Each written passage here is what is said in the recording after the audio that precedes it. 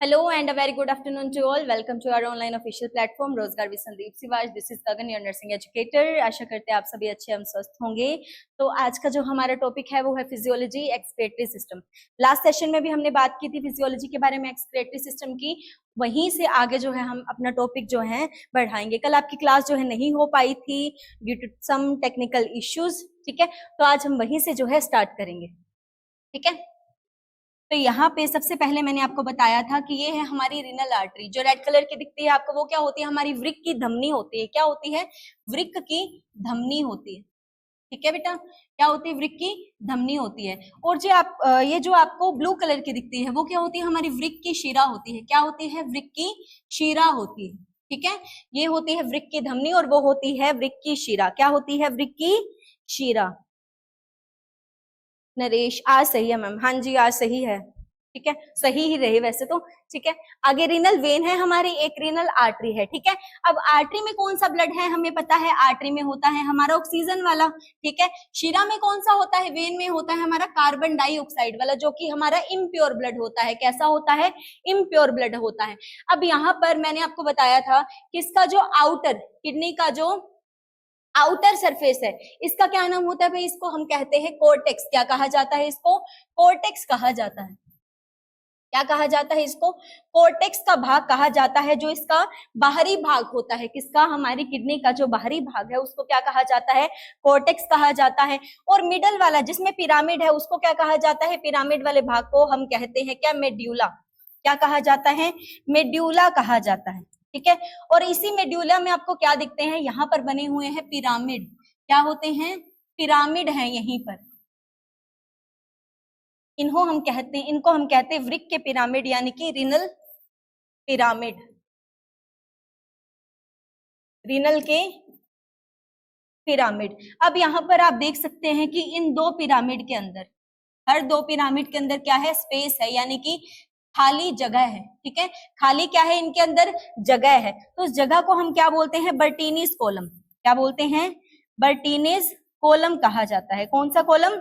बर्टीनीज column कहा जाता है इसी खाली जगह को. ठीक है, क्या कहा जाता है इसी खाली जगह को? बर्टीनीज कॉलम कहा जाता है. और ये क्या है? हमारे पिरामिड हैं. अब यहाँ पर जो ये वाला एरिया दिखता है आपको, बिल्कुल किडनी के अंदर वाला एरिया, वो होता है हमारा रीनल का पेल्विस. यानी कि वृक्क का क्या होता है? पेल्विक एरिया होता है, यानी कि पेल्विस वाला एरिया होता है. ठीक है, इसको हम बोलते हैं रीनल पेल्विस. क्या बोलते हैं? Renal pelvis. और यहीं से अटैच होता है हमारा यूरेटर. क्या? यूरेटर. और यूरेटर के बाद जो यूरिन है, ठीक है, ब्लड को फिल्टर कर दिया किडनी ने. ठीक है, यूरिया को अलग कर दिया, यूरिन में मिला दिया. अब यूरिन कौन सी वाली नलिका में आ जाएगा? यूरेटर में आ जाएगा. किस में आ जाएगा? यूरेटर में आ जाएगा. और यूरेटर से कहाँ आएगा? यूरिनरी ब्लैडर के अंदर. और यूरेथ्रा से कहाँ चला जाएगा? बॉडी से बाहर चला जाएगा. कहां पर चला जाएगा? बॉडी से बाहर चला जाएगा. अब किडनी का काम क्या था? इस किडनी का काम क्या है? ब्लड को फिल्टर करना. काम क्या है इसका? ब्लड को फिल्टर करना. और क्या बनाना? यूरिया को बनाना. किसको बनाना? यूरिया को अलग करना. किससे अलग करना? ब्लड को फिल्टर करके ब्लड से यूरिया को अलग करना. और यूरिया को पानी में, किसमें? वाटर में मिलाना. और उसी को हम क्या बोलते हैं? यूरिन बोलते हैं. और वो बॉडी को छोड़ करके कहाँ जाता है? एक्सक्रीट आउट, यानी कि बॉडी से बाहर चला जाता है. ठीक है, अब इसका मेन काम है. लेकिन यहाँ पर ऐसी कौन सी संरचना है जो ये मेन काम करती है? किडनी की सबसे छोटी इकाई क्या है? नेफ्रॉन. किडनी की सबसे छोटी इकाई क्या है? नेफ्रॉन. और नेफ्रॉन कितने पाए जाते हैं एक किडनी में? तकरीबन कितने नेफ्रॉन होते हैं? 1 मिलियन, यानी कि 10 लाख के करीब क्या होते हैं? नेफ्रॉन होते हैं किडनी के अंदर. किसके अंदर? किडनी के अंदर, यानी कि वृक्क के अंदर. वही नेफ्रॉन क्या करते हैं? वही फिल्टर करते हैं किसको? ब्लड को. अब यहाँ पर नेफ्रॉन करते हैं, लेकिन नेफ्रॉन होते कहाँ है? इसी पिरामिड के अंदर क्या होते हैं?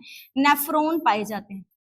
ठीक है, इनका थोड़ा सा हिस्सा कोर्टेक्स वाले भाग में भी होता है, लेकिन तकरीबन 30% हिस्सा. बाकी 70% हिस्सा कहाँ होता है नेफ्रॉन का? इन पिरामिड्स के अंदर. कहाँ पर होते हैं? पिरामिड्स के अंदर क्या पाए जाते हैं? हमारे नेफ्रॉन पाए जाते हैं. और किडनी का फंक्शन क्या है? फिल्टर करना ब्लड को, यानी कि फिल्ट्रेशन ऑफ ब्लड को. कौन करता है फिल्ट्रेशन ऑफ ब्लड को? यही नेफ्रॉन करते हैं. तो आज हम पढ़ेंगे इसी किडनी के फंक्शन के बारे में, यानी कि नेफ्रॉन के बारे में. किसके बारे में? नेफ्रॉन के बारे में. तो यहाँ पर हमें दिख रहा है एक नेफ्रॉन का स्ट्रक्चर. ये किसका है? एक नेफ्रॉन का स्ट्रक्चर है. जैसे दिमाग की सबसे छोटी इकाई क्या होती है? माइंड की। ब्रेन के क्या होती है? न्यूरॉन होते हैं। क्या होते हैं? न्यूरॉन होते हैं। वैसे यहाँ पर किडनी की इकाई क्या है? नेफ्रॉन है। क्या है? नेफ्रॉन है। किडनी की इकाई क्या है यहाँ पर? नेफ्रॉन है।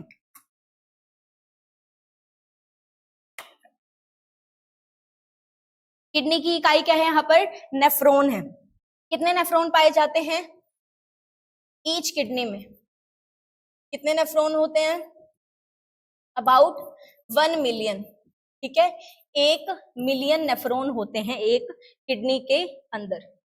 अब इन्हीं नेफ्रॉन के बारे में देखें तो यहाँ पर क्या होता है, मुख्यतः 3 भाग होते हैं इसके। नेफ्रॉन के मुख्यतः कितने भाग होते हैं? वैसे तो 5 होते हैं, यही इसी ट्यूब के 2 भाग और होते हैं।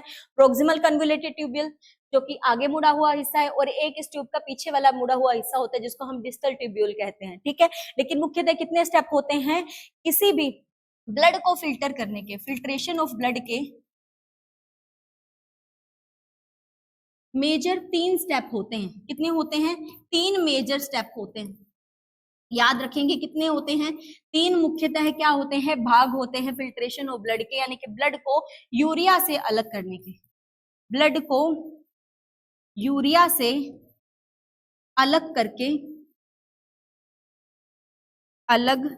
करके यूरिन के निर्माण के। ठीक है, यूरिन के निर्माण के मेजरली कितने स्टेप होते हैं? यहाँ पर 3 स्टेप दिखते हैं। कितने दिखते हैं? मेजरली 3 स्टेप दिखते हैं फिल्ट्रेशन ऑफ ब्लड के। अब ब्लड को यूरिया से अलग करके यूरिन के निर्माण के मेजर कितने स्टेप होते हैं? 3 स्टेप होते हैं। और वो 3 स्टेप मुख्यतः इसके 3 हिस्से करते हैं। तो सबसे पहले एक बार नेफ्रॉन का स्ट्रक्चर देखेंगे हम, इसका स्ट्रक्चर कैसा है। तो सबसे पहले मैंने आपको बोला था कि यहाँ पर 2 ब्लड वेसल काम करती है, एक तो रीनल आर्टरी और एक रीनल वेन। रीनल आर्टरी और रीनल वेन, यानी कि वृक्क की धमनी और वृक्क की शिरा। एक तो धमनी होगी और दूसरी क्या होगी? वेन, यानी कि शिरा होगी। ठीक है, 2 चीजें काम करेंगी यहाँ पर। आर्टरी का हम ध्यान रखेंगे, आर्टरी क्या करेगी? ब्लड को लेकर आएगी। ब्लड को लेकर आएगी, ब्लड आर्टरी से अंदर आएगा। याद रखना है क्या है? ब्लड को लेकर आती है। कौन लेकर आती है? आर्टरी लेकर आती है, लेकर आती है। ठीक है, ब्लड को कौन लेकर आती है? आर्टरी लेकर आती है। और जब सारा का सारा ब्लड फिल्टर हो जाएगा तो लेकर के कौन जाएगी? लेकर के जाएगी हमारी रीनल वेन, वापिस लेकर जाती है। ठीक है, इतना कॉन्सेप्ट क्लियर है आपको? ठीक है, उसके बाद क्या होता है? रीनल आर्टरी ब्लड लेकर आई, लेकिन कहां पर लेकर आई? रीनल आर्टरी मैंने बोला आपको ब्लड लेकर आई, लेकिन कहां पर लेकर आई? इसी नेफ्रॉन के स्ट्रक्चर में ब्लड क्या किया? एंटर किया। अब एंटर करेगा कहां से? एंटर करेगा कहां से? यहां पर एक कैप्सूल की शेप का, कौन सी शेप का? कैप्सूल की शेप का क्या है? यहाँ पर एक स्ट्रक्चर है। क्या है? एक संरचना किसकी शेप की है? कैप्सूल की शेप की है, जिसको हम बोलते हैं बोमन कैप्सूल। क्या बोलते हैं? बोमन कैप्सूल बोलते हैं, कैप्सूल। उसी के अंदर इन ब्लड वेसल्स का एक नेटवर्क होता है। क्या होता है? ब्लड वेसल्स का क्या होता है? नेटवर्क होता है। ब्लड धमनियों का क्या होता है? ब्लड की धमनियों का नेटवर्क होता है। क्या होता है? नेटवर्क होता है। अब उस नेटवर्क में होता क्या है? उसमें जैसे ही रीनल आर्टरी से ब्लड आया, ठीक है, ब्लड आया, इसी नेटवर्क में घूम घूम कर हाई प्रेशर पर क्या हो जाएगा? ब्लड फिल्टर हो जाएगा। क्या हो जाएगा? ब्लड हाई प्रेशर पर फिल्टर हो जाएगा। या आगे बिल्कुल साफ स्ट्रक्चर इसको बना के देखें नेफ्रॉन का। अगर सबसे पहले मैंने आपको बताया कि यहाँ पर एक कैप्सूल की शेप का, इस शेप का, कैप्सूल की शेप का,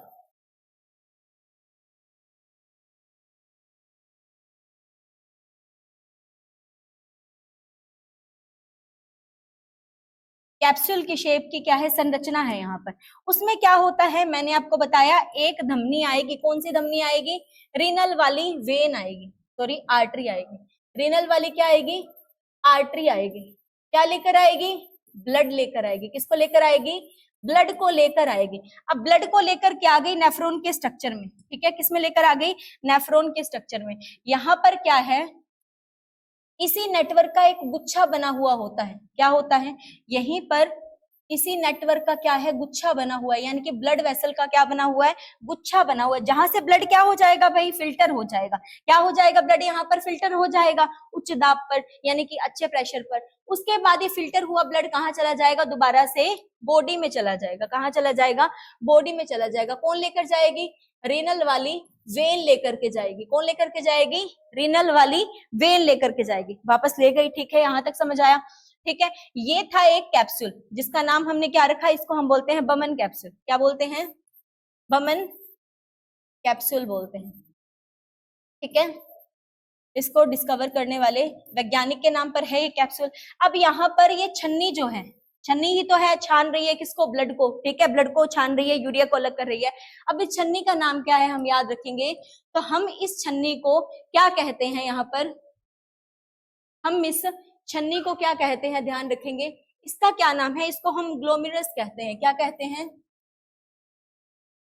ग्लोमेरुलस कहते हैं, ठीक है। क्या बोलते हैं, ग्लोमेरुलस कहते हैं। अब ये क्या एक प्रकार की छन्नी है जिसमें ब्लड छन करके साफ हो गया, ठीक है, साफ हो गया, यूरिया अलग हो गया और रीनल वेन जो है बॉडी में ले गई। किसको ले गई, ब्लड वापिस चला गया। कहां तक चला गया, हार्ट तक चला गया, ठीक है। हार्ट से आया था किडनी में फिल्टर होने, उसके बाद फिल्टर होकर के यूरिया जब अलग हो गया, ब्लड चला गया, ठीक है। अब ब्लड का जो फिल्ट्रेशन है वो यहाँ पर पूरा हुआ। अब यहाँ से क्या होगा, आगे क्या होगा वो देखना है, ठीक है। अब यहाँ पर क्या होगा, मैंने बोला यूरिया तो अलग हो गया, लेकिन यूरिया तो वापस बॉडी में नहीं गया। यूरिया को क्या होना, एक्सक्रीट होना है, यानी कि बॉडी से कहाँ जाना है, बाहर जाना है। अब यहाँ पर क्या होता है, यहाँ पर एक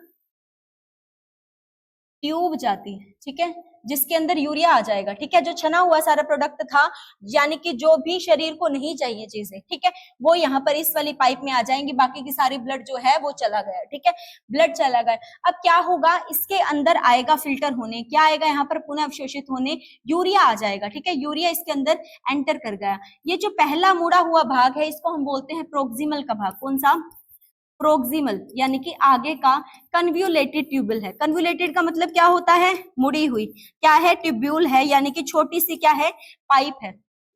यहाँ पर यही पाइप क्या बनाती है, एक लूप बनाती है। क्या बनाती है, लूप बनाती है। लूप का मतलब क्या होता है, यू, ठीक है, यू शेप की क्या बनती है, यहाँ पर लूप बन गई। क्या बन गई, लूप बन गई, जिसको हम बोलते हैं लूप ऑफ हेनले, ठीक है।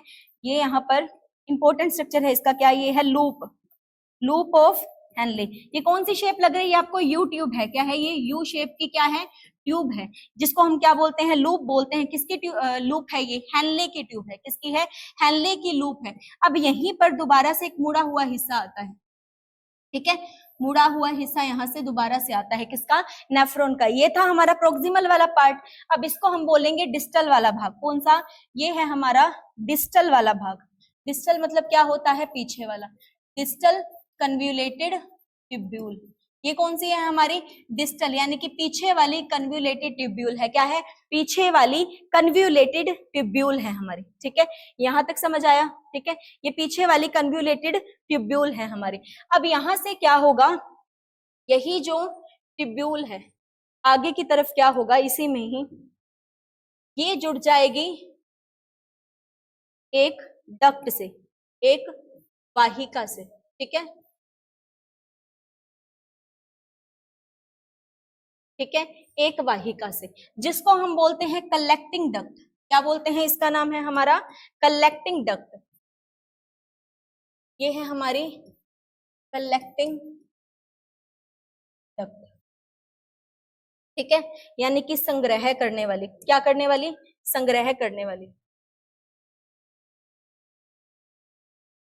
संग्रहण वाहिका। क्या है, संग्रहण वाहिका है ये हमारी। ये होता है हमारा एक नेफ्रॉन का स्ट्रक्चर क्या, कंप्लीट। अब इसमें दिखा क्या हमें, सबसे पहले ब्लड आया, सबसे पहले ब्लड आया, प्योरीफाई हुआ इस छन्नी में छन करके, इस छन्नी को हमने क्या नाम दिया, ग्लोमेरुलस दिया, ठीक है। जिस कैप्सूल में है ये उसको क्या नाम दिया, बमन कैप्सूल दिया। इसमें से छन करके रीनल वेन इसको दोबारा हार्ट तक ले जाएगी। उसके बाद क्या होगा, यहाँ पर ये यूरिया जो अपशिष्ट पदार्थ था, जिसको शरीर को, जिसकी जरूरत नहीं थी ब्लड में, वो छन करके आ गया इस ट्यूब के अंदर और यहीं से यूरिन का फॉर्मेशन होगा। अब यहाँ पर 3 मेजर स्टेप है, हम ध्यान देंगे। यहाँ पर 3 इंपॉर्टेंट स्ट्रक्चर है। सबसे पहला क्या है हमारा, सबसे पहला है हमारा क्या, ग्लोमेरुलस। क्या है, ग्लोमीरुलस, ठीक है। दूसरा क्या है हमारा, दूसरा है हमारा लूप ऑफ हेनले, क्या है, लूप ऑफ हेनले। और तीसरा क्या है, तीसरी है हमारी कलेक्टिंग डक्ट। मेजर 3 स्टेप इसी के दिखते हैं जो यूरिन फॉर्मेशन में कार्य करती हैं। पहला किसका, ग्लोमेरुलस का, दूसरा लूप ऑफ हेनले का, और तीसरा है कलेक्टिंग डक्ट का। किसका, कलेक्टिंग डक्ट का। सबसे पहले ग्लोमेरुलस क्या करता है, हमें पता है ये छन्नी है एक टाइप की, और ब्लड को क्या कर देती है, फिल्टर कर देती है। अब इसके बारे में लिखेंगे, ठीक है। सबसे पहले क्या, 3 मेजर स्टेप में सबसे पहले क्या आता है, ग्लोमेरुलस आता है। क्या आता है, ग्लोमेरुलस आता है। सबसे पहले क्या आया, ग्लोमेरुलस आया। इसने किया क्या, अब इसके बारे में लिखेंगे।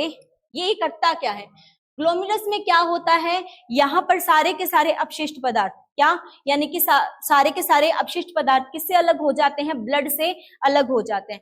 ग्लोमेरुलस वाले भाग में क्या होता है, सारे के सारे अपशिष्ट पदार्थ जो हैं अलग हो जाते हैं। किससे अलग हो जाते हैं, यहाँ पे ब्लड से अलग हो जाते हैं। किससे अलग हो जाते हैं, यहाँ से ब्लड से अलग हो जाते हैं। अब इसमें होता क्या है,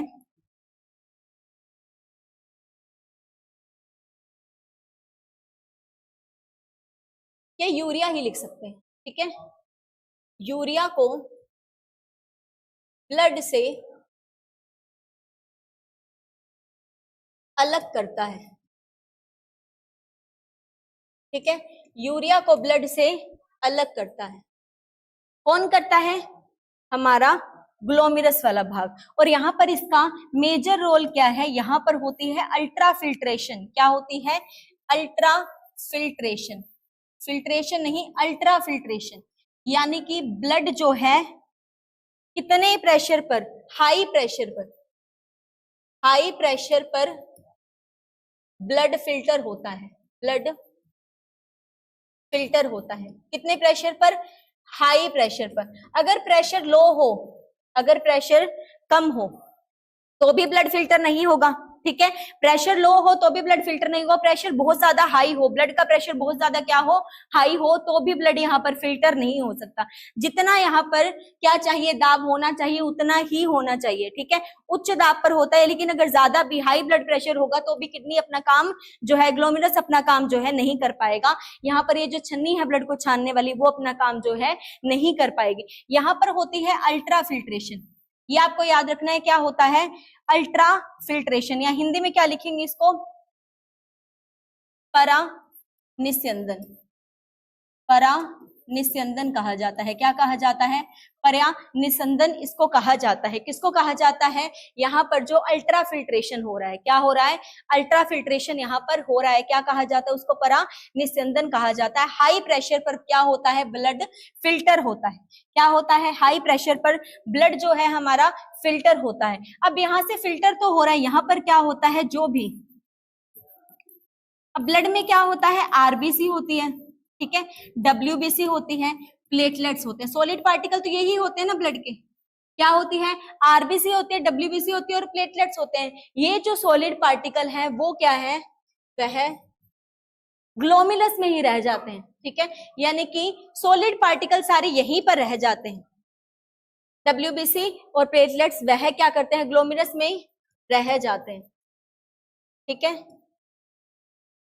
वो इसी पार्ट में रह जाएंगे, आगे नहीं बढ़ेंगे। और प्लाज्मा जो होगा, ब्लड में क्या होता है, 55% प्लाज्मा होते हैं, 45% ब्लड की क्या होती है, कोशिकाएं होती हैं, ठीक है, रक्त की कोशिकाएं होती हैं। और प्लाज्मा आगे जाता है, प्लाज्मा आगे जाता है, ठीक है। इतना क्लियर हुआ, प्लाज्मा आगे जाता है। अब कोशिकाएं यहीं तक रहेगी और प्लाज्मा जो है वो आगे चला जाएगा, ठीक है। कोशिकाएं यहीं तक रहेगी, यानी कि ग्लोमेरुलस में ही रहकर अटक जाएंगी, आगे नहीं जाएंगे, ठीक है। और प्लाज्मा जो है आगे जाएगा, ठीक है, प्लाज्मा आगे जाएगा, याद रखेंगे इसको, प्लाज्मा आगे जाएगा, कोशिकाएं यहीं पर अटक जाएंगी। अब आगे क्या होगा, यहाँ पर अगर यहीं पर देखें, ग्लोमेरुलर फिल्ट्रेशन रेट पूछा जाता है कई बार। क्या पूछा जाता है कि जीएफआर क्या है, जीएफआर क्या है, ठीक है। कई बार पूछा जाता है जीएफआर क्या है, यानी कि इसकी फुल फॉर्म क्या होगी, इसकी फुल फॉर्म होगी हमारी ग्लोमेरुलस फिल्ट्रेशन रेट। क्या होगी, ग्लोमेरुलस फिल्ट्रेशन रेट। अब ये होता क्या है, अब ध्यान से समझेंगे इसको। ये होता क्या है, 1 मिनट में कितने, 1 मिनट में कितना ब्लड फिल्टर हुआ, फिल्टर होता है, ठीक है, उसकी मात्रा, ठीक है, समझ आया। ये क्या है, दोबारा लिख लेंगे इसको, 1 मिनट में, लाइन से लिख लेंगे, ठीक है, 1 मिनट में फिल्टर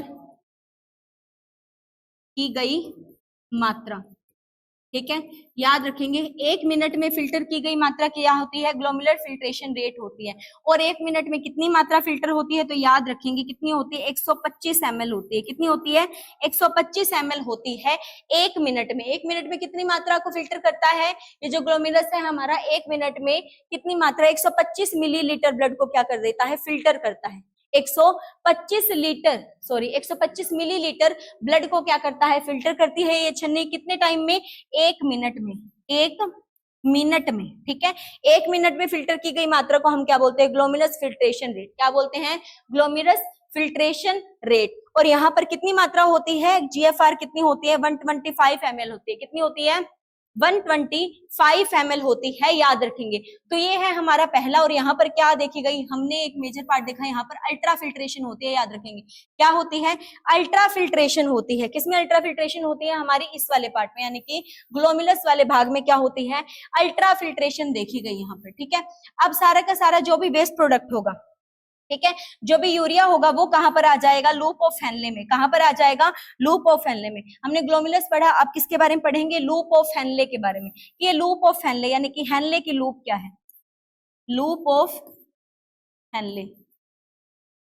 अब लूप ऑफ हेनले में हम याद रखेंगे कि क्या होता है, लूप ऑफ हेनले में होती है रीअब्जॉर्प्शन, यानी कि पुनर्अवशोषण होता है। कौन सा, सिलेक्टिव, सिलेक्टिव रीअब्जॉर्प्शन, रीअब्जॉर्प्शन, पुनः अवशोषण होता है चीजों का। क्या होता है, ये भी इंपॉर्टेंट है यहाँ पर क्या होता है, रीअब्जॉर्प्शन, ठीक है। ग्लोमेरुलस वाले भाग में क्या देखा था हमने, अल्ट्रा फिल्ट्रेशन हुआ था। क्या हुआ था, परानिसंदन हुआ था, यहाँ पर अल्ट्रा फिल्ट्रेशन देखा गया था। यहाँ पर लूप ऑफ हेनले में क्या होगा, सिलेक्टिव रीअब्जॉर्प्शन होगा। क्या होगा, सिलेक्टिव रीअब्जॉर्प्शन, यानी कि हिंदी में क्या लिखेंगे, पुनर्अवशोषण होगा, ठीक है, पुनर्अवशोषण होगा। अवशोषण का मतलब क्या है, अब यहां से यूरिया तो जाएगा बाहर, यूरिया तो यहां से बाहर जाएगा, लेकिन यूरिया के साथ साथ प्लाज्मा में क्या होता है, प्लाज्मा में क्या है, अगर 55% होता है वैसे तो ब्लड में प्लाज्मा, अगर इसको भी ध्यान से देखें, ठीक है, अगर इसको 100% कैलकुलेट करें, कि इसको हमारे प्लाज्मा को 100% माने, तो यहाँ पर 92% क्या होता है, पानी होता है। क्या होता है, पानी होता है, जिसमें यूरिया की मात्रा बहुत कम होती है। इतना भी यूरिया नहीं होता, यूरिया की मात्रा बहुत कम होती है यहाँ पर।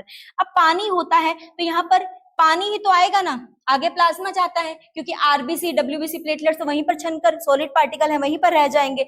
आगे क्या आएगा, प्लाज्मा आएगा। लूप ऑफ हेनले तक क्या पहुंचेगा, प्लाज्मा पहुंचेगा, जिसमें सर्वाधिक क्या है, पानी ही तो है, उसमें यूरिया भी है लेकिन पानी भी तो है।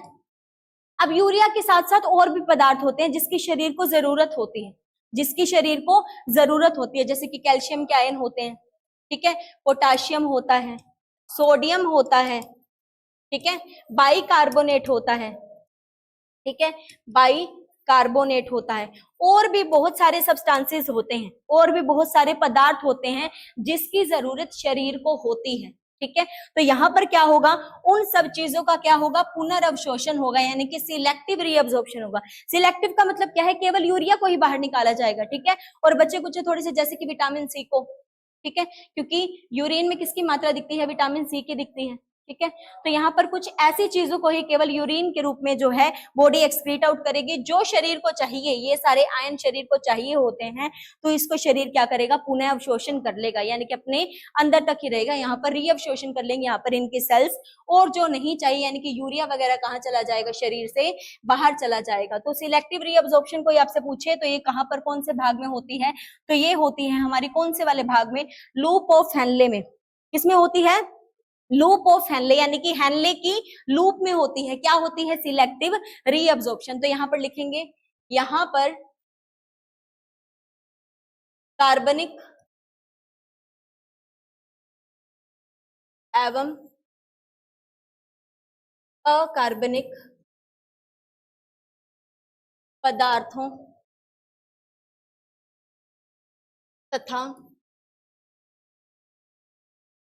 ठीक है। अब और क्या क्या चीजों का, यहाँ पर वाटर का भी रीअब्जॉर्प्शन होगा। ब्लड में तो, प्लाज्मा में तो बहुत ज्यादा पानी है, तो पानी तो चाहिए ब्लड के वॉल्यूम को मैनेज करने के लिए। अगर सारा का सारा पानी जो किडनी के यूरिन के रूप में निकाल देंगे तो वहां पर ब्लड का वॉल्यूम कैसे मेजर होगा, यानी कि वो कैसे वहां पर मेंटेन रहेगा। तो इसीलिए कार्बनिक और अकार्बनिक पदार्थों के साथ, यानी कि जो असेंशियल सब्सटेंसेज है शरीर को, वो भी पुनर्अवशोषण किए जाएंगे, तथा पानी यानी कि वाटर का पुनर्अवशोषण होता है, पुनर्अवशोषण होता है, ठीक है। इस भाग में क्या होता है ये हमने जाना कि क्या होता है, सिलेक्टिव रीअब्जॉर्प्शन होता है, यानी कि पुनर्अवशोषण होता है। किन किन चीजों का, कार्बनिक एवं अकार्बनिक, कार्बनिक एवं अकार्बनिक पदार्थों का, और किसका, जल का, किसका, जल का। तकरीबन 70% पानी को दोबारा रीअब्सॉर्ब कर लिया जाता है, केवल 30% आगे जाता है। 70% पानी को क्या किया जाता है, रीअब्सॉर्ब कर लिया जाता है। यहाँ पे केवल 30% ही क्या जाएगा, आगे जाता है। अब इसके भी 3 भाग हैं, इस ट्यूब के कितने भाग हैं, यहाँ पर 3 भाग हैं। ये होता है हमारा प्रोक्सिमल वाला, प्रोक्सिमल का मतलब क्या है, जो पहले वाला मोड़ा हुआ भाग है, और डिस्टल का मतलब होता है पीछे वाला। अब प्रोक्सिमल में ही ज्यादा पानी का अवशोषण होता है, ठीक है। ज्यादा पानी का अवशोषण कहाँ होता है, इस लोब के प्रोक्सिमल वाले पार्ट में क्या होता है, ज्यादा पानी का अवशोषण होता है, ठीक है। ये भी हम याद रखेंगे। ये तो ग्लोमेरुलस वाला, और ये है हमारा लूप ऑफ हेनले, जहां पर क्या देखा हमने, सिलेक्टिव रीअब्जॉर्प्शन देखा। क्या होता है यहाँ पर, सिलेक्टिव रीअब्जॉर्प्शन होता है। लास्ट वाला कौन सा पार्ट है हमारा, ये संग्रहण नलिका, यही संग्रहण नलिका यानी कि कलेक्टिंग डक्ट, जहां पर क्या कलेक्ट होगा, किसका संग्रहण होगा, यहाँ पर पानी का, यानी कि वाटर का।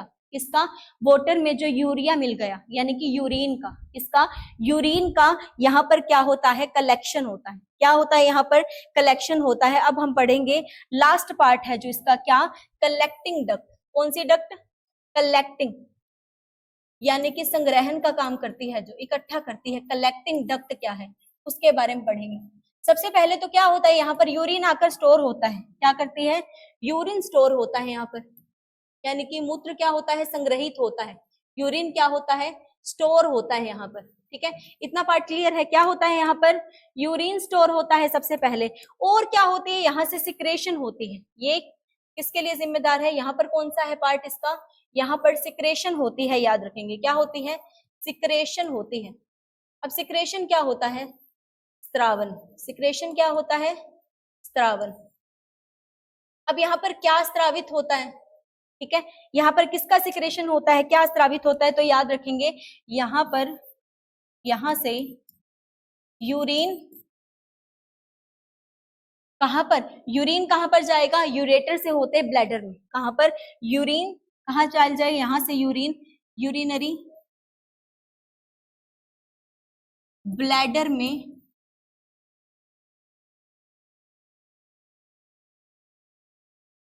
स्त्रावित होता है, ठीक है। यूरिनरी ब्लैडर में स्त्रावित होता, ठीक है। जो यूरिनरी ब्लैडर है वहां पर स्त्रावित हो जाएगा। कहां से होगा, कलेक्टिंग डक्ट से। कहां से होगा, कलेक्टिंग डक्ट से होगा। इसका काम क्या देखा, सिक्रेशन का। तो यहाँ पर अब क्या बन गया, यहाँ पर यूरिन इकट्ठा हो गया। क्या हो गया, यूरिन यहाँ पर इकट्ठा हो गया।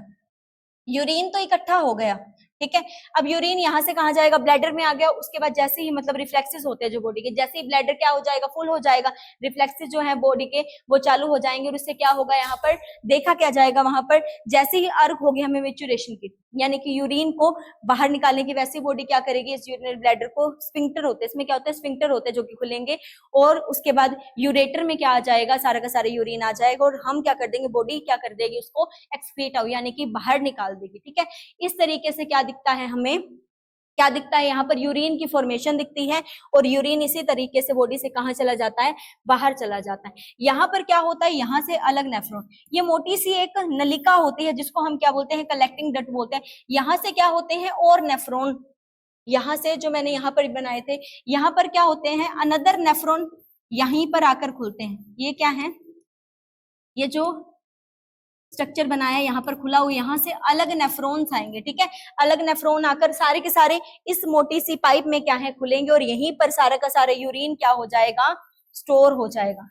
यूरिन क्या हो जाएगा, यहाँ पर स्टोर होता है, क्या होता है, स्टोर होता है। और यहीं से स्रावन हो जाएगा यूरिन का, कहाँ पर, ब्लैडर के अंदर। और ब्लैडर से कहाँ जाएगा, यूरेथ्रा के अंदर, यूरेथ्रा से बॉडी से बाहर चला जाएगा। तो ये है नेफ्रॉन, क्या है, किडनी की छोटी सी इकाई जिसको हमने क्या कहा, नेफ्रॉन कहा। क्या कहा, नेफ्रॉन कहा। अब ये सारी मात्रा कि कितना यूरिन जो है, कितना पानी जो है बॉडी से बाहर जाएगा, कितना नहीं जाएगा, ये कौन सा हार्मोन कंट्रोल करता है, यदि आपसे पूछे तो कौन सा हार्मोन कंट्रोल करता है, इंपॉर्टेंट है, मार्क करके लिखेंगे इसको। कौन सा हार्मोन कंट्रोल करता है, वैसोप्रेसिन। कौन सा हार्मोन कंट्रोल करता है, वैसोप्रेसिन करता है, याद रखेंगे कौन सा, वैसोप्रेसिन करता है कि यूरिन में पानी की मात्रा को, ठीक है, यूरिन में पानी की मात्रा को, पानी की मात्रा का नियंत्रण कौन सा हार्मोन करता है, वैसोप्रेसिन करता है, याद रखेंगे कौन सा करता है, वैसोप्रेसिन करता है, वैसोप्रेसिन करता है, याद रखेंगे, ठीक है। जिसको कौन सिक्रेट करती है, जिसको पिट्यूटरी ग्रंथि यानी कि जो हमारे ब्रेन में ग्रंथि है वो सिक्रेट करती है, उसका भी कौन सा भाग, यहाँ पर पिट्यूटरी का भी भाग होते हैं, कौन सा होता है, एंटीरियर, पोस्टीरियर और मिडल वाला भाग होता है किसका, पिट्यूटरी ग्रंथि का। तो जो उसका पोस्टीरियर भाग है वहां से दो हार्मोन जो है सिक्रेट होते हैं, उनमें से एक क्या है, वैसोप्रेसिन है। तो यहाँ पर वैसोप्रेसिन को हम एडीएच भी बोलते हैं, यानी कि एंटी डायूरेटिक हार्मोन भी कहते हैं, एंटी डायूरेटिक हार्मोन भी कहते हैं, ठीक है। इसका अनदर नाम भी याद रखेंगे, क्या बोला जाता है, इसको एंटी डायूरेटिक भी नाम दिया जाता है। तो यहाँ पर यूरिन में पानी की मात्रा को कौन कंट्रोल करता है, कौन सा हार्मोन करता है, वैसोप्रेसिन, याद रखेंगे। और वैसोप्रेसिन को ही हम क्या बोलते हैं, एंटी डायूरेटिक हार्मोन बोलते हैं। कौन सा हार्मोन बोलते हैं, एंटी डायूरेटिक हार्मोन, इसी को कहा जाता है, ठीक है। अब कौन सा इस पूरी प्रोसेस को, यानी कि पूरे के पूरे नेफ्रॉन को, पूरी की पूरी किडनी को कौन कंट्रोल कर रहा है, तो कौन सा एंजाइम करता है, उसका भी नाम हम याद रखेंगे। कौन सा एंजाइम कंट्रोल करता है पूरी प्रक्रिया को, कंट्रोल करता है पूरी की पूरी प्रोसेस को, कौन सा एंजाइम, तो उसका भी नाम याद रखेंगे, रेनिन। कौन सा, रेनिन एंजाइम। केवल प्रोटीन के पाचन में सहायक नहीं है ये, ठीक है। यहाँ पर इस पूरी की पूरी प्रोसेस को, प्रक्रिया को कौन सा एंजाइम जो है क्या करके रखता है, यहाँ पर कौन सा एंजाइम है, सहायक है, तो कंट्रोल करता है इस पूरी प्रोसेस को, रेनिन एंजाइम। रेनिन होता है क्या है, प्रोटीन का एंजाइम होता है, प्रोटीन के पाचन के लिए। कौन सा प्रोटीन, यहाँ पर जो कैसिन प्रोटीन होता है, जो मिल्क से मिलता है, बच्चों में रेनिन क्या करता है, रेनिन प्रोटीन का पाचन करवाता है। मिल्क में क्या होता है, प्रोटीन होता है, तो वहां पर रेनिन कारगर है। वहां पर बच्चों में क्या है, दूध को बचाने के लिए कौन सा प्रोटीन कारगर है, रेनिन एंजाइम, ठीक है। दूध में कौन सा प्रोटीन होता है, कैसिन प्रोटीन, ठीक है। यहाँ पर उसको पचाने के लिए रेनिन एंजाइम होता है बच्चों में, और वही एंजाइम जो है हमें क्या सहायता करता है, हमें इस पूरी प्रोसेस को, यानी कि किडनी की इस नेफ्रॉन की पूरी प्रोसेस को क्या करता है, कंट्रोल करता है। और यहाँ पर हार्मोन कौन सा काम करता है, पानी की मात्रा को कंट्रोल करने के लिए, यानी कि यूरिन में पानी की मात्रा कितनी होगी, वैसोप्रेसिन करता है, जिसको हम क्या बोलते हैं, एंटी डायूरेटिक हार्मोन। क्या बोलते हैं, एंटी डायूरेटिक हार्मोन। तो यहाँ पर हमने मेजर 3 स्टेप देखे, क्या देखे, मेजर 3 स्टेप देखे, ग्लोमेरुलस में, लूप ऑफ हेनले में, और कहां पर, कलेक्टिंग डक्ट में, ठीक है, और कलेक्टिंग डक्ट में, लूप ऑफ हेनले में, लूप ऑफ हेनले में, कलेक्टिंग डक्ट में, और कहां पर देखा, और देखा हमने ग्लोमेरुलस में, ठीक है, जहां पर हमने देखा ग्लोमेरुलर फिल्ट्रेशन रेट, ठीक है। जीएफआर इंपॉर्टेंट है एक तो, ठीक है, याद रखें कितना होता है, 125 ml कितने मिनट में, 1 मिनट में, प्रति मिनट में, ठीक है। कितनी मात्रा की जाती है, कितनी मात्रा फिल्टर की जाती है 1 मिनट में, 125 ml।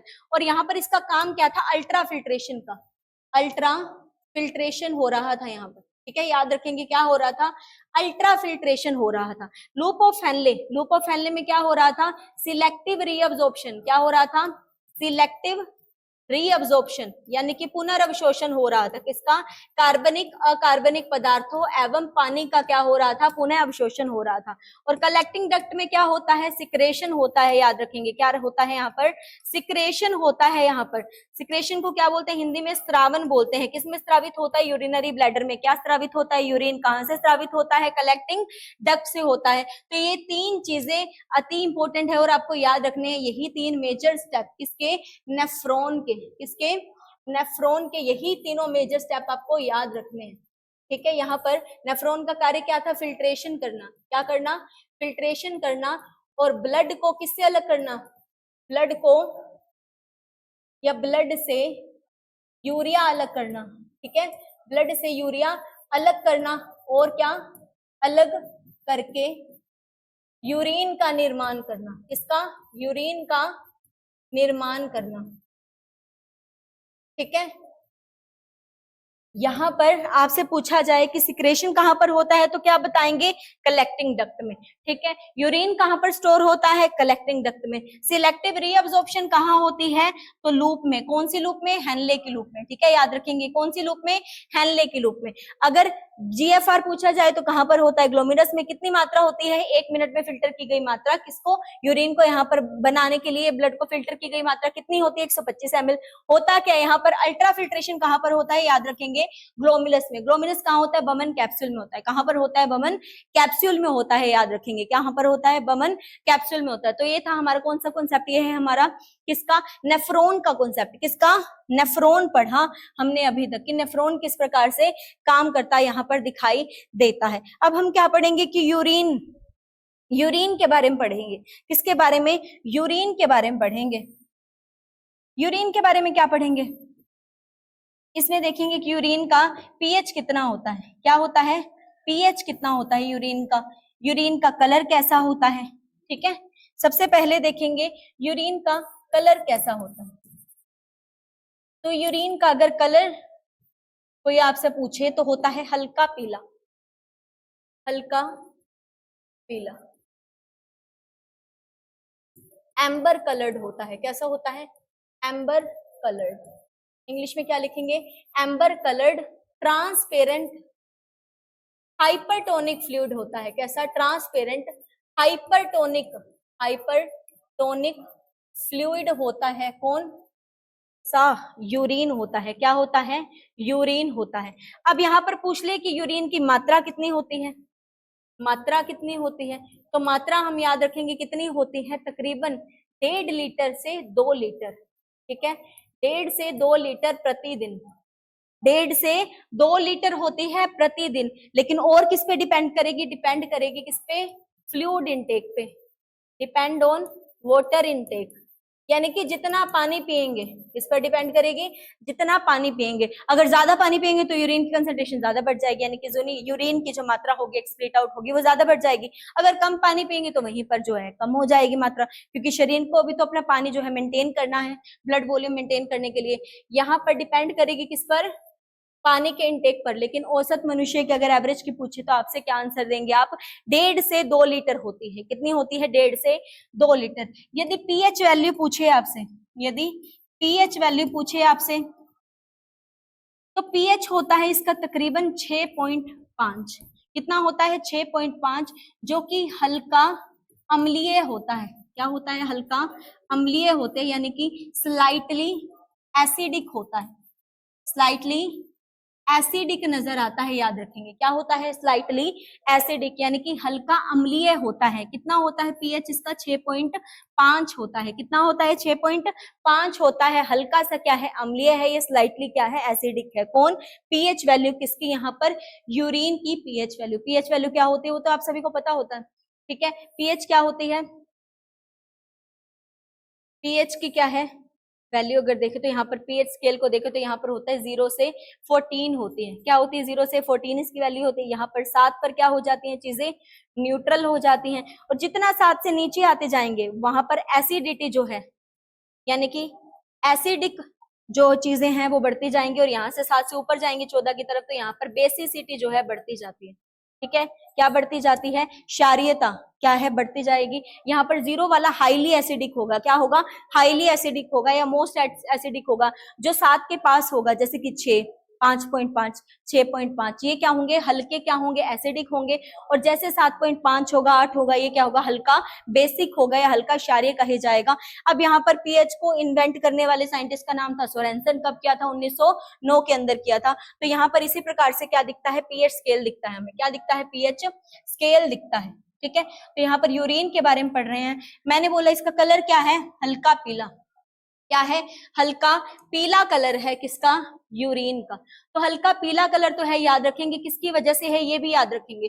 तो हल्का पीला कलर किसकी वजह से है, इसका हल्का पीला कलर यूरोक्रोम की वजह से। किसकी वजह से है, यूरोक्रोम की वजह से। रीजन क्या है हल्के पीले होने का, यूरोक्रोम, क्या, यूरोक्रोम। ठीक है, जिसको यूरोविलीन भी कहा जाता है, क्या कहा जाता है, यूरोविलीन भी कहा जाता है, याद रखेंगे क्या कहा जाता है, यूरोविलीन भी कहा जाता है। और यहाँ पर यूरोविलीन जो है या यूरोक्रोम है वो बनता कैसे है, तो बनता है वो हीमोग्लोबिन की डिकम्पोजिशन से, यानी कि हीमोग्लोबिन के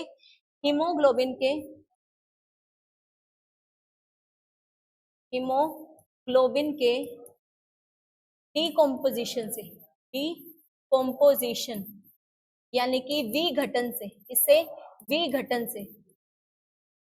विघटन से बनता है। ठीक है, याद रखेंगे यूरिन का कलर हल्का पीला है, किसकी वजह से हल्का पीला है, हीमोग्लोबिन के डिकम्पोजिशन या विघटन से जो पदार्थ बनता है यूरोक्रोम।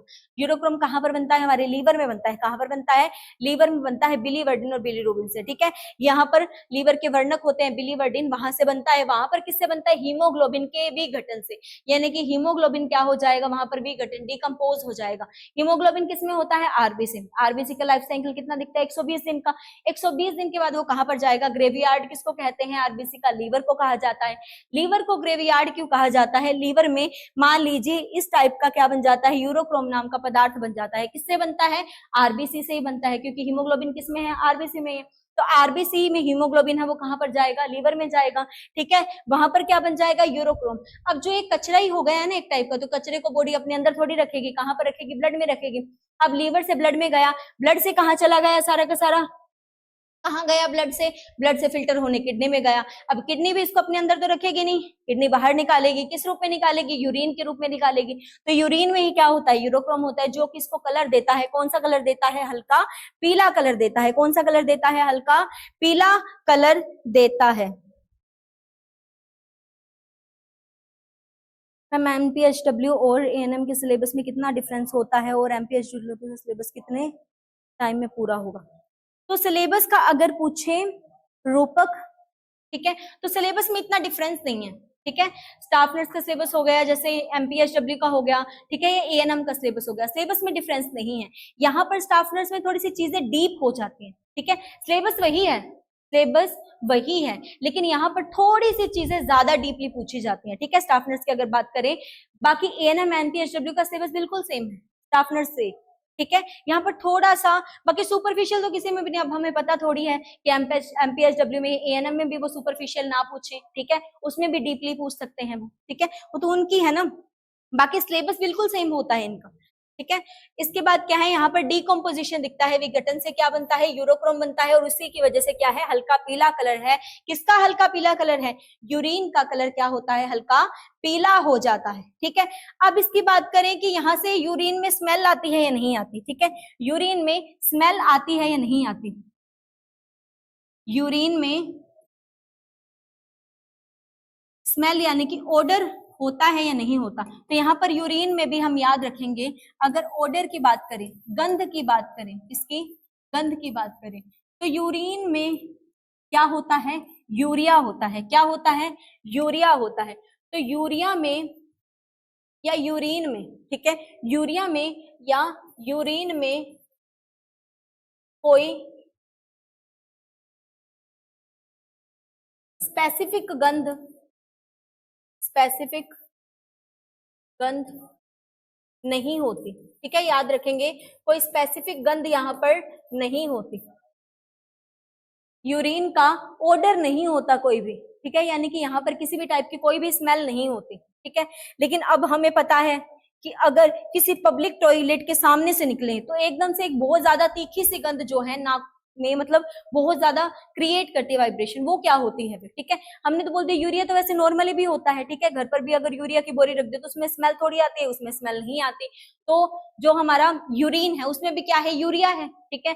यूरिया लेकिन ऐसा सब्सटेंस नहीं है जिसमें से गंध आएगी, यानी कि ओडर आएगा, इसलिए यूरिन की कोई भी स्पेसिफिक गंध यहाँ पर नहीं है। लेकिन वो तीखी सी गंध किसकी होती है, फिर याद रखेंगे, जो तीखी गंध होती है, जो वहां पर तीखी गंध होती है वो किसके कारण आती है, जब यही यूरिया ऑक्सीडाइज हो जाता है, क्या हो जाता है, ऑक्सीडाइज हो जाता है, तो अमोनिया में कन्वर्ट हो जाता है, किसमें, अमोनिया में कन्वर्ट हो जाता है। यूरिया के अमोनिया में परिवर्तित होने के कारण, अमोनिया में परिवर्तित होने के कारण, परिवर्तित होने के कारण, ठीक है, याद रखेंगे यूरिया के इसमें परिवर्तित होने के कारण, अमोनिया में परिवर्तित होने के कारण ही क्या होता है, वहां से गंध आती है। अमोनिया क्या होता है, NH3 होता है, ठीक है। अमोनिया में परिवर्तित हो जाता है, क्या हो जाता है, यूरिया ऑक्सीडाइज होकर के, इसीलिए वहां से तीखी गंध आती है, वरना यूरिया की कोई स्पेसिफिक गंध यूरिन में नहीं नजर आती, ठीक है। वहां पर कोई भी ऐसा स्पेसिफिक ऑर्डर वहां पर नहीं होता, किसकी वजह से आती है, वहां पर ऑक्सीडाइज हो जाता है यूरिया और उसकी वजह से गंध देखने को मिलती है, ठीक है। इसको याद रखेंगे, ठीक है। अब हम पढ़ेंगे क्या, हमने देखा कि यहाँ पर इसका पीएच कैसा है, इसकी मात्रा कितनी है, कलर कैसा है, ठीक है। उसके बाद हमने देखा कि इसमें ऑर्डर है या नहीं। अब हम देखेंगे कॉम्पोजिशन क्या है, क्या है कॉम्पोजिशन, क्या है यूरिन में क्या क्या होता है, कॉम्पोजिशन ऑफ यूरिन, ठीक है। कॉम्पोजिशन क्या है यूरिन में, यूरिन में क्या क्या पाया जाता है। तो सबसे पहले भाई क्या होता है यूरिन में, मेजरली क्या होता है, वाटर होता है, यानी कि पानी होता है। अब पानी कितने प्रतिशत होता है, 95%, यानी कि 95% क्या है, केवल पानी ही है, ठीक है। और क्या है, ह्यूमन क्या है, ह्यूमन याद रखेंगे, यानी कि इंसान, स्तनधारी क्या है, सारे के सारे स्तनधारी यूरियोटेलिक होते हैं, क्या होते हैं, यूरियोटेलिक होते हैं, याद रखेंगे, यूरियोटेलिक होते हैं। यूरियोटेलिक का मतलब क्या होता है, जो भी जिनका भी एक्सक्रीट प्रोडक्ट है, यानी कि अपशिष्ट पदार्थ क्या होगा, बॉडी से निकलने वाला पदार्थ क्या होगा, यूरिया होगा, क्या होगा, यूरिया होगा। वे सारे के सारे जीव क्या कहे जाएंगे, यूरियोटेलिक होते हैं, जैसे कि सारे के सारे स्तनधारी, यानी कि सारे के सारे मैमल, जिसमें इंसान भी आते हैं, ठीक है, सारे के सारे क्या होते हैं, यूरियोटेलिक होते हैं। किसका श्रावण करते हैं, यहाँ पर यूरिया जो है एक्सक्रीट आउट करेंगे अपनी बॉडी से। तो यहाँ पर और किसकी मात्रा है, यूरिया की, और क्या दिखता है, यूरिया। लेकिन यूरिया भी कितने प्रतिशत है, केवल 2% है, क्या है, केवल 2% है। और क्या क्या होता है यूरिन में, तो यूरिक एसिड होता है, यूरिक एसिड होता है। अब यूरिक एसिड तो नहीं होना चाहिए था लेकिन होता है, ठीक है। यूरिक एसिड भी होता है थोड़ा सा, लेकिन कितना होता है, कितनी मात्रा होती है, 0.5% होती है केवल, कितनी होती है, 0.5% होती है। और अदर सब्सटेंसेस भी होते हैं, और भी पदार्थ होते हैं, जैसे कि आयन, अदर सब्सटेंसेस और क्या क्या होते हैं, जैसे कि कुछ आयन हो गए, ठीक है, कुछ आयंस हो गए, ये क्या है, अदर सब्सटेंसेस है, किसमें है, हमारे यूरिन में है, किसमें, यूरिन में। और क्या आयंस के साथ, और क्रिएटिनिन भी लिख सकते हैं, क्या लिख सकते हैं, क्रिएटिनिन भी लिख सकते हैं, ठीक है। तो ये क्या होते हैं, कुछ अदर सब्सटेंसेस जो किसमें पाए जाते हैं, हमारे यूरिन का कॉम्पोजिशन बनाते हैं, क्या बनाते हैं, यूरिन का कॉम्पोजिशन यहाँ पर बनाते हुए दिखते हैं, यूरिन का कॉम्पोजिशन बनाते हुए दिखेंगे। अब याद रखेंगे, यूरिया कितने प्रतिशत है, 2% है। पानी कितने प्रतिशत है, 95% है। यूरिक एसिड कितने प्रतिशत है, 0.5% है। यही वैल्यू आपकी क्या है, मेन है। अब ये तो है हमारा कॉम्पोजिशन ऑफ यूरिन, ठीक है। अगर यूरिक एसिड की मात्रा मान लो बढ़ गई, अगर यूरिक एसिड की मात्रा बढ़ गई तो क्या होगा, यूरिक एसिड की मात्रा बढ़ने से क्या होगा, ठीक है।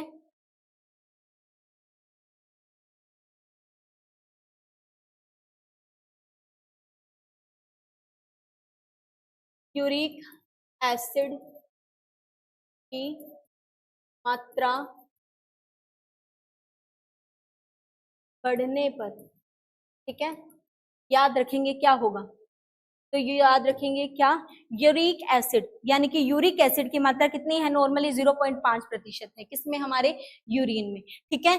कॉम्पोजिशन ऑफ यूरिन, यदि इसकी मात्रा बढ़ रही है तो हमें क्या इंडिकेशन मिलेगी, यूरिन में यदि यूरिक एसिड की मात्रा 0.5 से क्या है, बढ़ गई तो क्या हो जाएगा, अगर ये मात्रा बढ़ती हुई दिखाई देती है तो हम क्या मान लेंगे कि हमारे जोड़ों में, जो हड्डियों के क्या होते हैं, जोड़ होते हैं, तो जोड़ों में क्या कलेक्ट हो जाता है, यूरिक एसिड कलेक्ट हो जाएगा। कहां पर कलेक्ट हो जाएगा ये यूरिक एसिड, यदि बॉडी में क्या है, बढ़ गया, ठीक है, तो कहां पर कलेक्ट हो जाएगा, कलेक्ट हो जाएगा, कहां पर, यानी कि संग्रहित हो जाएगा, कहां पर संग्रहित होगा, तो जोड़ों में, कहां पर, जोड़ों में, जोड़ों में संग्रहित होगा। अब संग्रहित होकर के वहां पर क्या करेगा, जोड़ों में संग्रहित होकर एक कंडीशन, एक सिचुएशन बना देगा, एक डिजीज बना देगा, जिसको हम क्या बोलते हैं, गठिया बोलते हैं, क्या बोलते हैं, गठिया बोलते हैं। उसकी वजह से क्या हो जाएगा, गठिया हो जाता है, क्या हो जाता है, गठिया रोग हो जाएगा, क्या हो जाएगा, गठिया रोग हो जाएगा, जिसको इंग्लिश में क्या बोलते हैं, गाउट बोलते हैं, जो कि एक प्रकार का क्या है,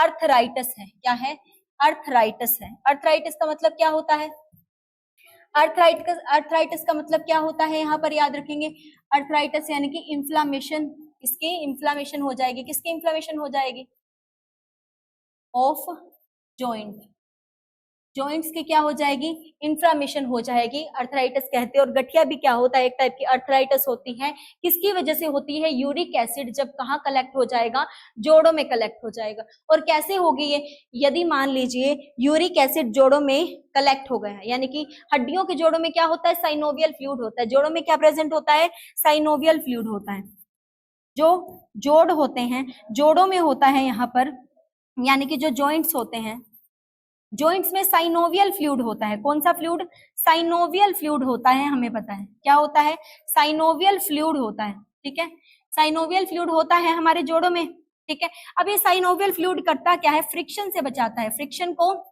कम करता है, फ्रिक्शन को कम करता है, फ्रिक्शन को कम करता है, यानी कि जब चलते हैं तो वहां पर कम रगड़ लगे, ठीक है, इसीलिए फ्लूइड पाया जाता है हमारे जोड़ों में, हमारे जॉइंट्स में, जिसको हम क्या बोलते हैं, साइनोवियल फ्लूइड बोलते हैं। यहाँ पर यूरिक एसिड क्या करता है, वहां पर कलेक्ट हो जाता है, कहां पर, जोड़ों में कलेक्ट हो जाता है, वहां पर करता क्या है, जोड़ों में कलेक्ट होकर के वहां पर जो कार्टिलेज होते हैं, वहां पर जो कार्टिलेज होते हैं उनको डैमेज करता है। अब डैमेज करेगा अगर कार्टिलेज को, तो वहां पर इन्फ्लामेशन हो जाती है और सूजन आ जाएगी, इन्फ्लामेशन और सूजन आ जाएगी, और इसी को तो हम क्या बोलते हैं, अर्थराइटिस बोलते हैं ना। और उसी कंडीशन को हम क्या बोलेंगे, गठिया रोग। जो गठिया रोग है किसकी वजह से होता है, यूरिक एसिड ज्यादा होने की वजह से। किस प्रकार से होगा ये मैंने आपको यहाँ पर समझाया, ठीक है, किस प्रकार से होगा, यहाँ पर हम इसको याद रखेंगे कि किस प्रकार से होगा, ठीक है, किस प्रकार से होगा, याद रखेंगे इसको।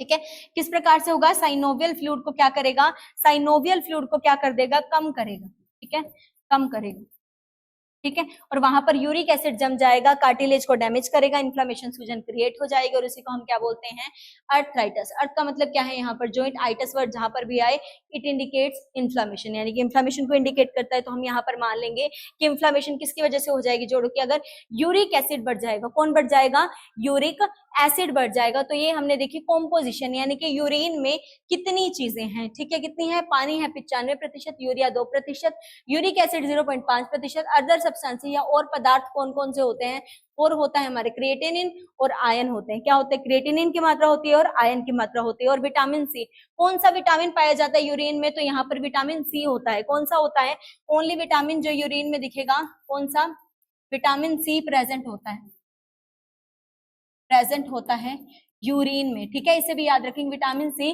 प्रेजेंट होता है यूरिन में। किस में प्रेजेंट होता है, यूरिन में प्रेजेंट होता है। और कौन सा, विटामिन बी भी होता है, लेकिन बहुत ज्यादा स्लाइट मात्रा में, यानी कि कम मात्रा में। तो ये है हमारा कॉम्पोजिशन, क्या है, कॉम्पोजिशन। अब हम देखेंगे रोल क्या है लीवर का, अब हम देखेंगे रोल क्या है लीवर का, ठीक है, किसमें, रोल लीवर का यूरिया को बनाने में, ठीक है, यहाँ पर यूरिया में लीवर का क्या रोल दिखेगा, यानी कि यकृत का क्या रोल है, भूमिका क्या है यूरिया को बनाने में, यानी कि यूरिन की फॉर्मेशन करने में यूरिया को, ठीक है, यूरिया को अलग करने में, रोल ऑफ लीवर, ठीक है, in urine formation, urine formation, ठीक है। यूरिन के निर्माण में, ठीक है, लीवर यानी कि यकृत की भूमिका क्या है इसको जानेंगे, ठीक है।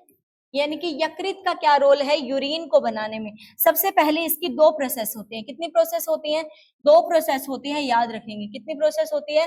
दो प्रोसेस होती है, याद रखेंगे। कौन कौन सी होती है?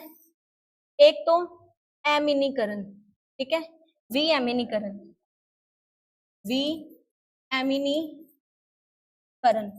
ठीक है। पहली तो ये है डी एमिनीकरण, जिसको हम डी एमिनेशन बोलते हैं। क्या बोलते हैं? डी एमिनेशन कहा जाता है, ठीक है। पहली तो कौन सी है? डी एमिनीकरण यानी कि डी एमिनेशन। दूसरी कौन सी होती है? दूसरी है हमारी कौन सी? Urea formation. क्या होती है? Urea formation. इसका निर्माण, यूरिया का निर्माण, इसका निर्माण, यूरिया का निर्माण, ठीक है।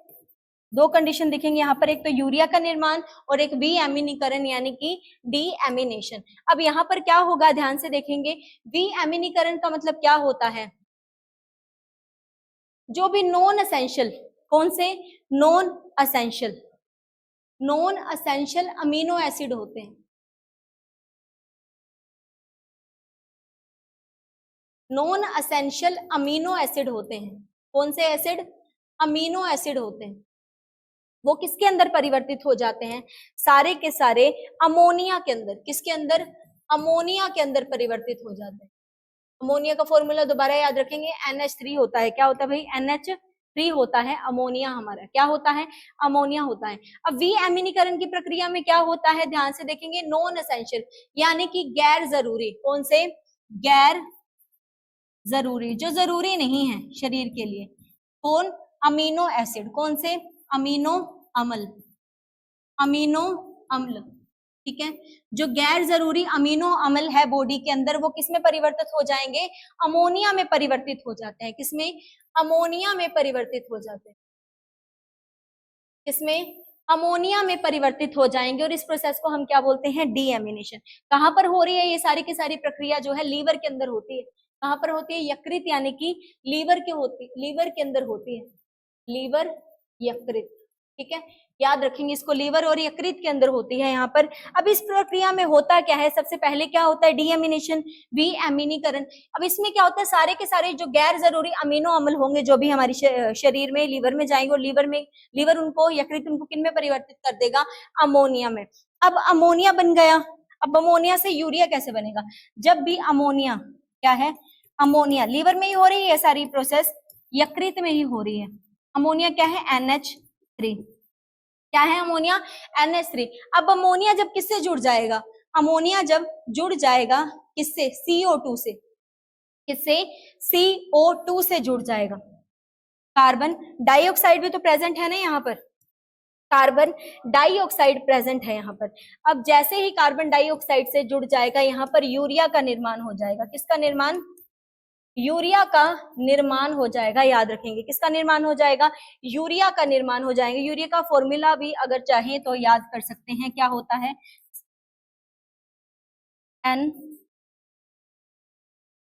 NCONH2। क्या होता है?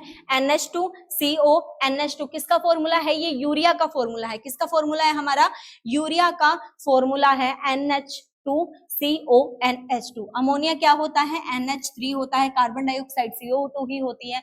अब यहाँ पर यूरिया फॉर्मेशन की प्रोसेस को एक और नाम भी दिया जाता है, याद रखेंगे। यूरिया फॉर्मेशन की प्रोसेस को हम और क्या बोलते हैं? याद रखेंगे, इसको हम हेंसलेट का चक्र बोलते हैं। कौन सा? हेंसलेट क्रेब्स चक्र बोलते हैं। हेंसलेट क्रेब्स चक्र, ठीक है। इंपॉर्टेंट नाम है, इसको भी याद रखेंगे। हेंसलेट का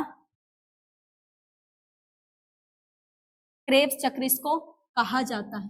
इसका हेंसलेट का क्रेब्स चक्र इसको कहा जाता है, ठीक है। इंग्लिश में भी लिख लेंगे एक बार हेंसलेट को। हेंसलेट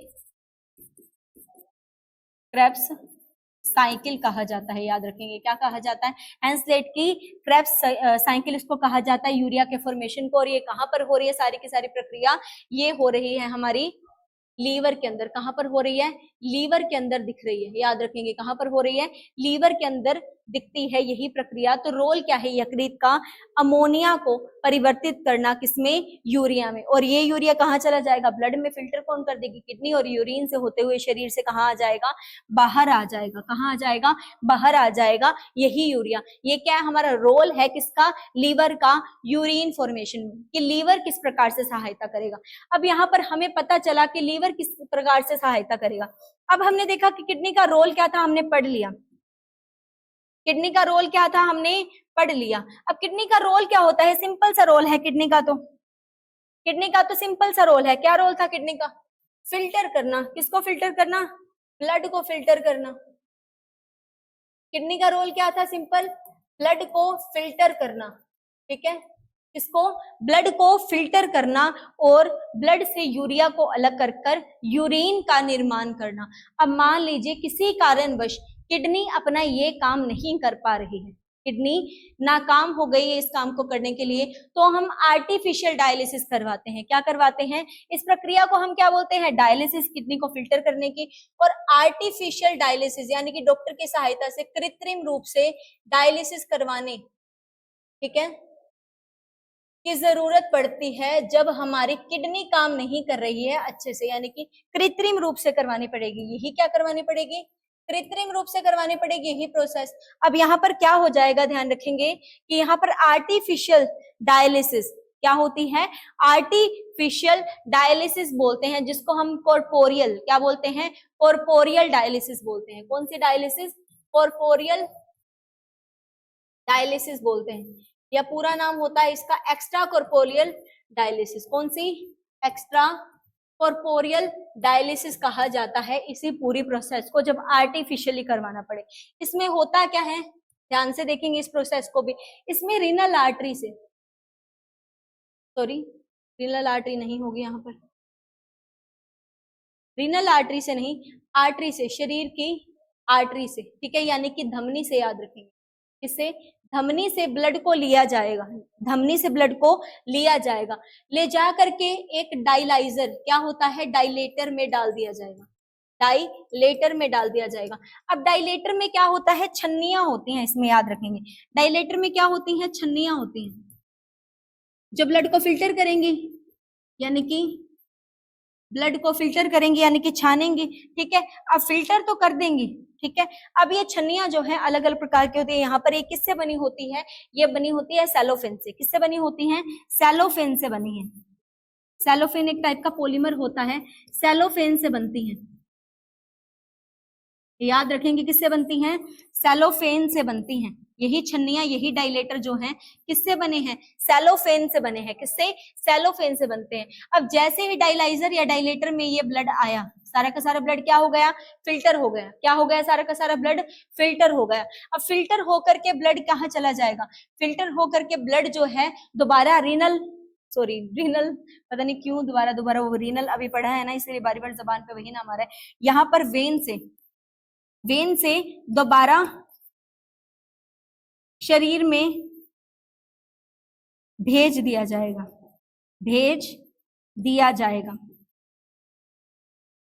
ठीक है, ये प्रोसेस समझ आई आपको। इसमें क्या होगा, आर्टरी से ब्लड जाएगा, ठीक है, आर्टरी से ब्लड जाएगा। डायलेजर क्या करेगा, यहाँ पर हाई प्रेशर पर ब्लड को फिल्टर करेगा। कितने प्रेशर पर, हाई प्रेशर पर ब्लड क्या हो जाएगा, हमारा फिल्टर हो जाएगा।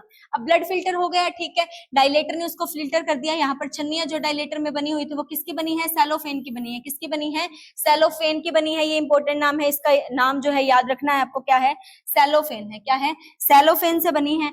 अब सेलोफेन की जो छन्नियां बनी है वो सारी ब्लड को क्या करेंगी, छान देंगी। और जो क्लीन ब्लड होगा, जिसमें यूरिया की मात्रा नहीं है, यूरिया बाहर निकल चुका है शरीर से, अब यूरिया जो बाहर निकल गया, जो ब्लड होगा हमारा प्योरीफाई होकर के दोबारा कहां से, वेन से कहां आ जाएगा, दोबारा का दोबारा आ जाएगा हमारे शरीर में, ठीक है। और ये काम कब होता है, ये प्रोसेस बहुत खर्चीली होते हैं जब इंसान की किडनी जो है अपना काम ना कर पा रही, क्योंकि काम तो ये सारा किडनी का था। जब किडनी नहीं कर पा रही, कृत्रिम रूप से करवाएंगे, कृत्रिम रूप से करवाएंगे तो उसका नाम क्या हो जाएगा, ये भी याद रखना, एक्स्ट्रा कॉर्पोरियल डायलिसिस। क्या बोलते हैं इसको, एक्स्ट्रा कॉर्पोरियल डायलिसिस कहा जाता है अगर आर्टिफिशियली यानी कि कृत्रिम रूप से यही प्रोसेस अगर हम अपनाते हैं तो। ये है हमारी कौन सी प्रोसेस, डायलिसिस। क्या पढ़ा अभी हमने, डायलिसिस देखा।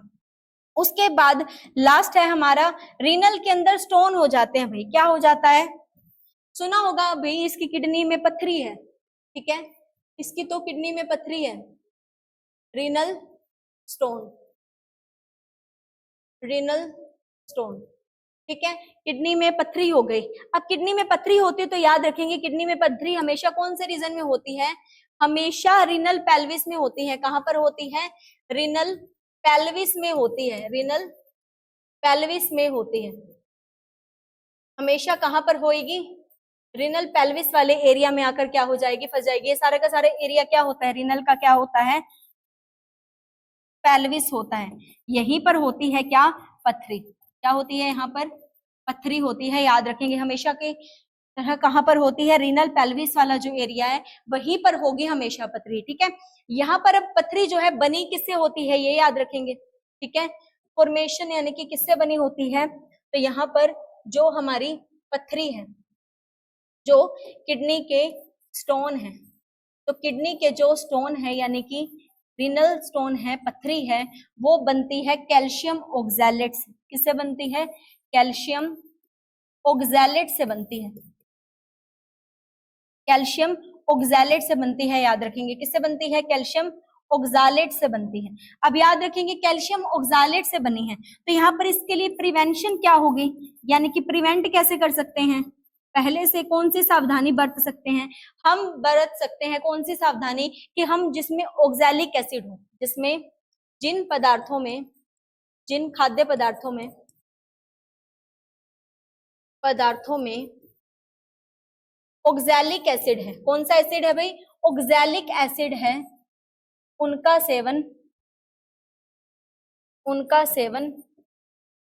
ना करके, ठीक है। प्रिवेंशन कैसे कर सकते हैं, जिन खाद्य पदार्थों में भाई ऑक्सैलिक एसिड है उनका सेवन ना करें, तो ये क्या है, सावधानी हो जाएगी, प्रिवेंशन हो जाएगी, ताकि हम बच पाए। किससे बच पाए, किडनी के स्टोन से। किडनी के स्टोन किससे बनते हैं, कैल्शियम ऑक्सैलेट से बनते हैं। किससे बनते हैं, कैल्शियम ऑक्सैलेट से बनते हैं।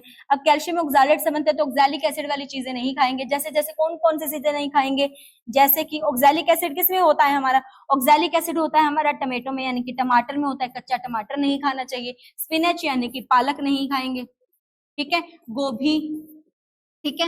इन सभी चीजों में क्या होता है, ऑक्सैलिक एसिड होता है। तो इन सब चीजों से परहेज कर कर हम बचा सकते हैं खुद को, किस कंडीशन से, इस किडनी के स्टोन से। अब मान लो अगर इसी किडनी के स्टोन को लेजर की सहायता से हमने तोड़ दिया, लेजर की सहायता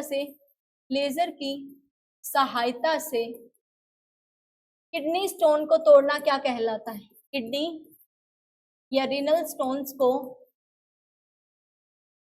तोड़ना क्या कहलाएगा, याद रखेंगे, लिथोटिप्सी कहलाता है। क्या कहलाता है, उस प्रोसेस का, प्रक्रिया का नाम क्या होता है, लिथोटिप्सी। क्या होता है, लिथोटिप्सी होता है। क्या होता है, लिथोटिप्सी कहा जाता है उस प्रक्रिया को, लिथोटिप्सी, ठीक है, लिथोटिप्सी कहा जाता है, ठीक है।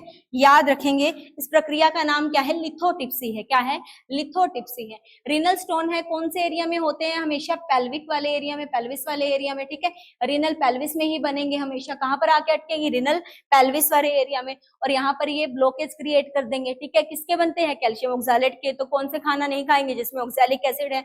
ऑक्सैलिक एसिड किसमें होता है, ऑक्सैलिक एसिड होता है पालक में, गोभी में, टमाटर में, ठीक है। इन सब चीजों वाली हम जो है भोजन को अवॉइड करके प्रिवेंट कर सकते हैं खुद को।